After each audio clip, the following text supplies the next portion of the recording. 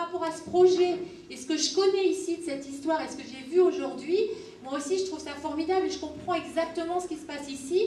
Et je vois que cette équipe-là, elle a les moyens de pouvoir faire que dans tout ce projet de 10 000 m², il se passe vraiment un projet associatif, multidisciplinaire, qui à la fois donne sa chance à la création contemporaine ici à Nice, mais en lui donnant des liens forts, parce qu'aujourd'hui il y a des réseaux de ces lieux en France, en Europe et à l'international, et aussi un outil qui est ouvert sur son quartier et qui fait que cette création artistique aujourd'hui qui est tellement généreuse, elle devient aussi levier de créativité sociale et qui fait que des publics rencontrent l'art d'une façon qu'elles n'avaient pas imaginée.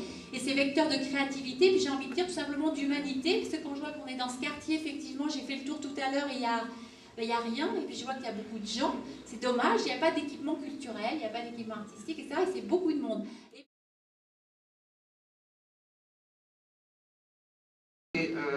Mon sentiment par rapport à ce projet, enfin, j'ai eu l'occasion de le voir depuis le début, donc je l'ai vu mûrir. Et moi, je dois vous dire que j'ai vécu très douloureusement, hein, comme la personne qui s'est exprimée avant moi, l'expérience des Diables Bleus et la manière dont ça s'est terminé. Donc ce que je souhaite, c'est que très rapidement, on puisse mettre ici des bases solides qui empêchent demain tout retour en arrière. C'est ce qu'on n'a pas pu faire en bas, et c'est ce qu'on doit savoir faire ici.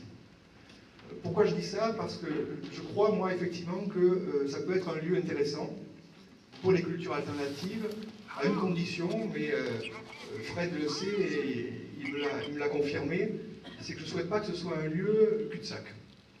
Hein, et donc, l'idée qu'il y a dans le projet, qui est d'ouvrir sur la rue de Roquelumière, est pour moi fondamentale. S'il n'y a pas ça, ça ne sera jamais un lieu de création et d'échange avec le public. Parce que l'accès ici est difficile et parce qu'il n'y a pas de circulation. L'échange avec le quartier, c'est une réalité. Là, on n'est pas dans le virtuel, dans les projets, c'est une réalité. Et moi, je le vois avec le Hublot, puisque la région a été partenaire du Hublot depuis le départ. C'est nous qui avons fait la majeure partie de l'investissement. Et qu'est-ce qui se passe avec le Hublot? Eh bien, c'est que, d'abord, c'est un formidable outil derrière avec l'espace Internet citoyen de lutte contre la fracture numérique, et ça compte. Et deuxièmement, c'est un lieu, et c'est ça la grande surprise, intergénérationnel. C'est-à-dire qu'on s'aperçoit qu'une fois qu'il y a effectivement quelqu'un qui est chargé du développement, qui s'en occupe, eh bien, les seniors, il n'y a pas que la contrée l'après-midi.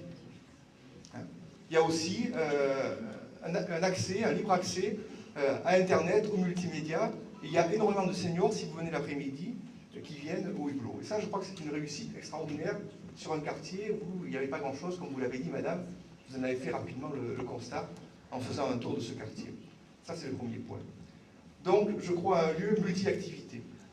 Multi-activité où, bien sûr, on conserve le Hublot, mais il fait autrement, en mieux.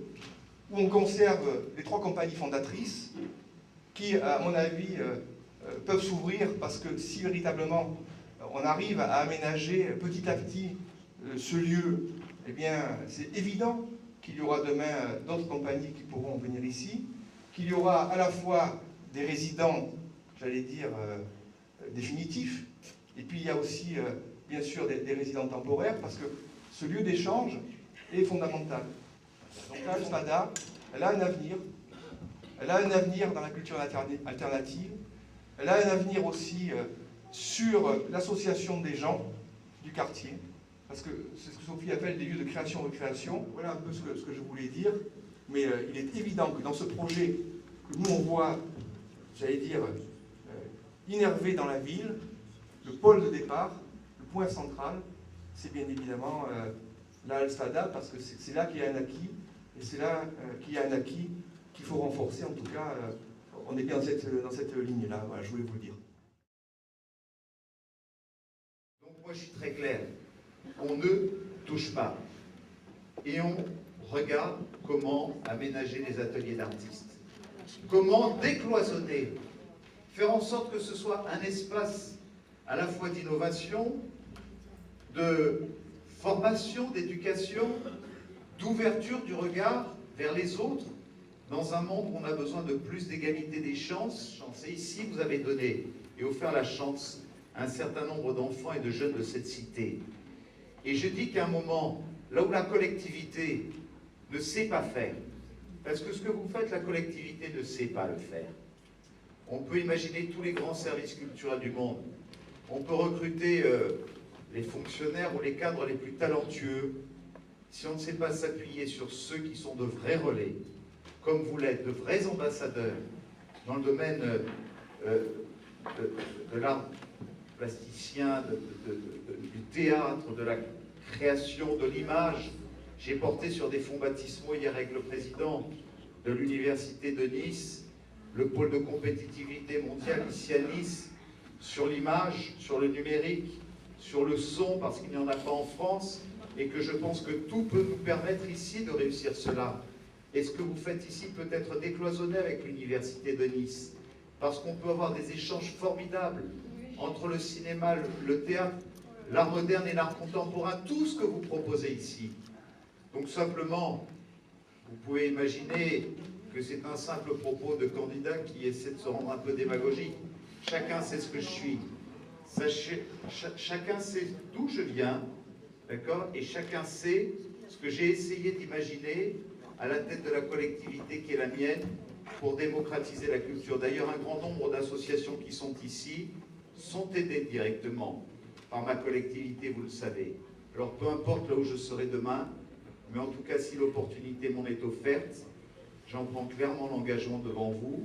Cette halle Spada restera un symbole de l'histoire de l'architecture de Nice avec toute la noblesse qu'elle représente, et en même temps, je vous donnerai les moyens de réaliser vous-même votre projet, parce que je pense que vous le réaliserez beaucoup mieux vous-même que si c'est la collectivité qui veut le faire à votre place. Et du fond du cœur, je vous en remercie.